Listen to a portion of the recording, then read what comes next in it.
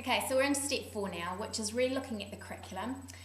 With this term coming up, I really want you to be really specific in the skills and the knowledge and the areas that you need. So again, it's really looking at the curriculum coverage. You've probably already decided on your main, like Jess, she's going to do technology. She knows that the literacy and everything's coming in.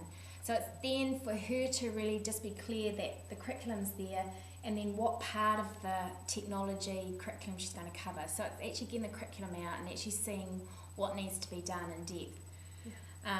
And like I say, sometimes some of the curriculum will be for all the class and other areas, and then you might think, well, actually, there's these kids that need this and don't have it, so I'm just going to target teach this group here. Yeah. What do you do when you come around looking at your curriculum?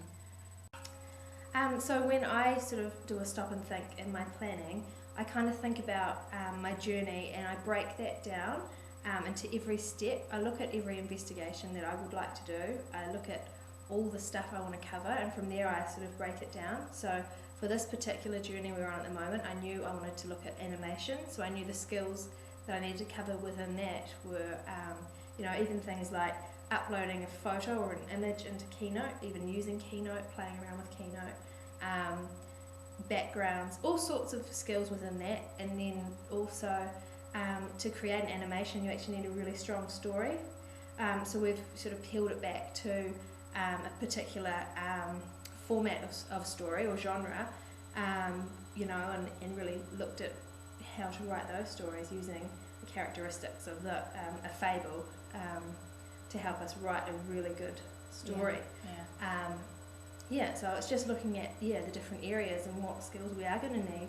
So when we're planning the event, we're going to have to be contacting people out of the school. So I know I'm going to have to teach the children about emailing,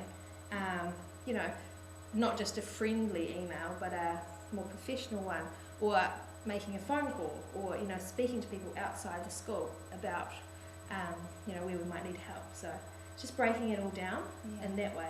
Yeah. Cool, thanks Jess, sorry. This is the end of step 4, and what I actually think you need to do is go, okay, is the end in mind I have the right end in mind? So for some of you it might be changing after you've asked your 5YD, after you've looked at your curriculum coverage. You may have had a great idea.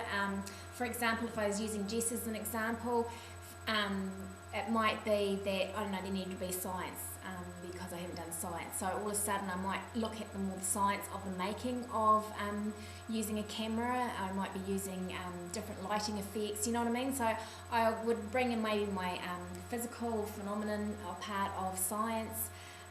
It might be that, but she's done her technology, so all of a sudden that now leads to her merchandising and other aspects of it. So do you see how, like, by looking at this first 4 steps, you might then say, okay, actually my end in mind wasn't exactly where my kids needed, my curriculum coverage I needed, so I'm going to change it, or maybe put the emphasis on, so I still might do the same thing, but my curriculum coverage and my skills and knowledge I want my kids to know might change. So it's really important to ask that, do I need to change my end in mind? Yeah.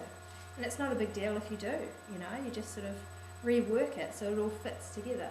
Yeah, because at the moment, most of the planning you're doing at the moment is probably just that drafting of your ideas and having a quick look at the curriculum. Because the next part of the steps is really the planning of the structures and of the organisers and of actually where the journey really needs to go.